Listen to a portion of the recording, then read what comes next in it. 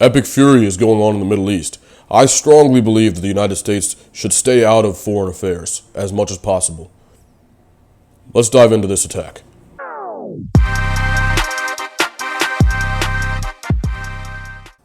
All right, so guys, obviously with Iran, if you guys have been paying attention to the news, there has been an at least 5-day long attack on Iran. We've killed a lot of their leaders, and I say we strongly. I'm a citizen. I don't have any agency over these decisions. Obviously, I pay taxes, and unfortunately, the way they're spent has nothing to do with me. I don't even vote, okay? Because I think voting is a waste of time. But, I pay taxes. I consider it a subscription fee to use our society, to use our roads, our schools, and our, other infrastructure, the police, even though they're pretty faulty a lot of the time as well. What are you going to do? You know what I mean? You can, I sue. I try to use the justice system, which sucks. Honestly, yeah, I mean, this is a bleak outlook here. Everything kind of fucking sucks. But the point is, we have now attacked Iran, okay? And I just want to give my opinion on this. Obviously, Iran is not a nuclear power. We're trying to keep them from becoming a nuclear power. Now, I've had a change of heart on foreign policy, especially military foreign policy, over the past half decade or so. For me, right, I've always been the kind of guy. First of all, I'm the son of immigrants. I come from India.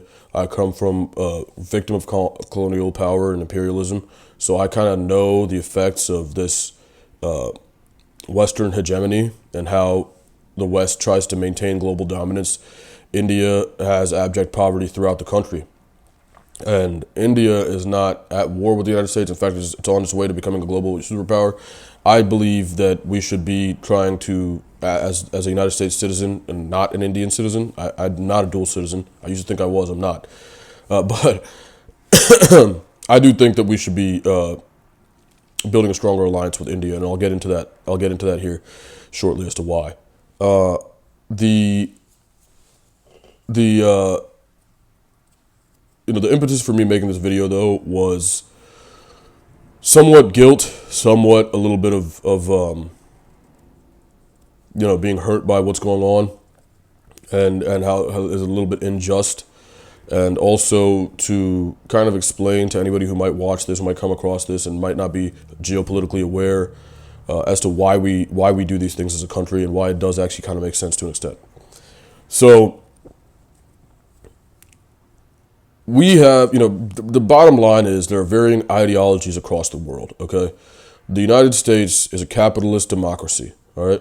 So there are other countries who are not democratic. Russia, Putin has been staging elections. They might call themselves a democracy. I'm not even sure how they term themselves, but it's essentially it's tyranny, right? This guy has immense power, and he controls everything in the country. And these elections are completely staged. He poisons people, whatever, right? Whatever it is that goes on over there. Or he's propagandizing to the point where they all just vote for him. In any case, it's just not healthy, okay? China, North Korea obviously exists, but that's not one of our like large threats. But the point is, the Middle East, there are countries out here who really are anti-West. They don't like the West. I don't like the West, personally. I think that the way we operate it can be hedonistic at times, nihilistic. It's very, very individual focused. There's not a focus as much as in the East, at least, on the family, the country, it's not like a work culture, okay? It's very, like I said, individual and hedonistic. So, ideologically, I don't know that I agree with the West. However, I live in the West, okay? And there are certain things that the West affords me, liberties, rights, that I have to just take at face value. I can't sit here and be like, okay, well, I'm going to be ascetic and give this up and give these liberties up. The truth is I have to work for my money, okay? I have the freedom to do what I want. I can earn as much as I want to, as much as I'm willing to work for. And, that's the way it works. In Russia and the Soviet Union days, they were more of like you're working selflessly for this country, and whatever you're given is that's kind of the way the communist ideology works, right? And look, I'm a very objective person. Again, there's not any reason for me to take a side on that, on the ideological battle. I don't know. I've never lived in a communist country, and I can't speak for that. But there is a difference of ideology, okay? And the fact is, the West is in power right now across the world. Militaristically, we're dominant. We're in control of the majority of the world. And we need to maintain, it's called hegemony when you're globally dominant, okay? Maintaining hegemony is, although they won't say it, the geopolitical MO of the United States and the United States government. It's important. There are countries out there who, if given the opportunity, would destroy America, take everything, and implement their ideology everywhere else, okay? With that taken into consideration, right? Even if we don't know that that's the case, okay? Even if we don't know that that's the case, that they will destroy America if given the opportunity, it's possible that if they were to gain enough power across the globe, whether that's through the acquisition of nuclear weapons or, just general economic power, which would be very hard given that the U.S. dollar is the global economy, global currency, basically. It's foreseeable that somebody would want to take the United States down and wreak havoc upon us and implement their ideology globally. That's a possible thing.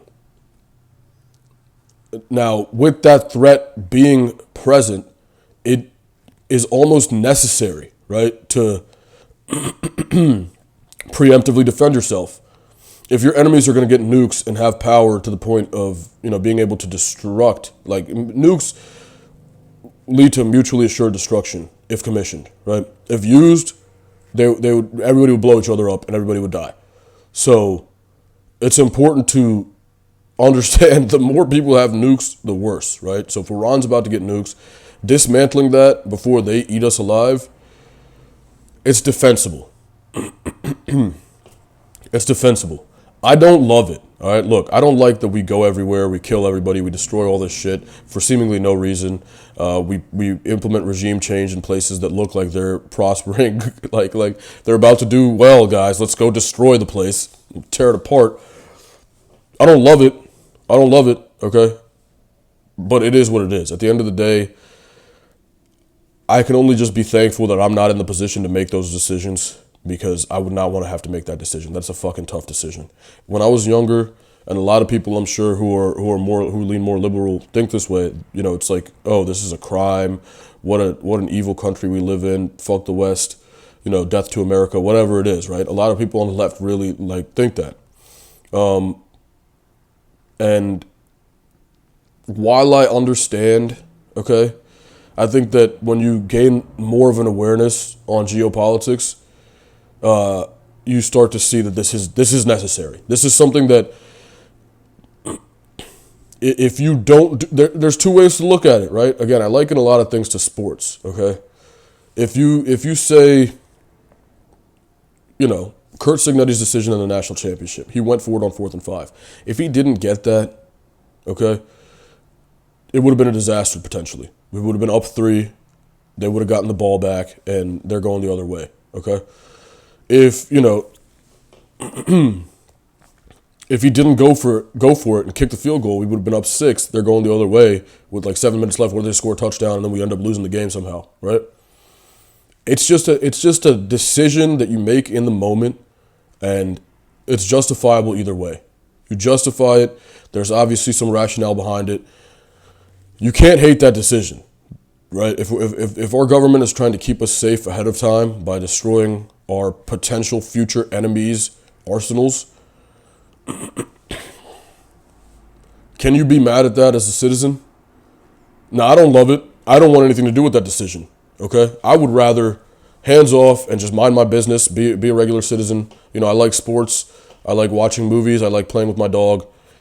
You know what I mean? I'm not pushing the button, so whatever, right? Like, look, yes, I mean, it sucks. It sucks. I hate that. Because what if Iran was never intending to do anything, and when they got nukes, it was purely for self-defense. And, you know, it's tough. But I do think that it's you know, it's just,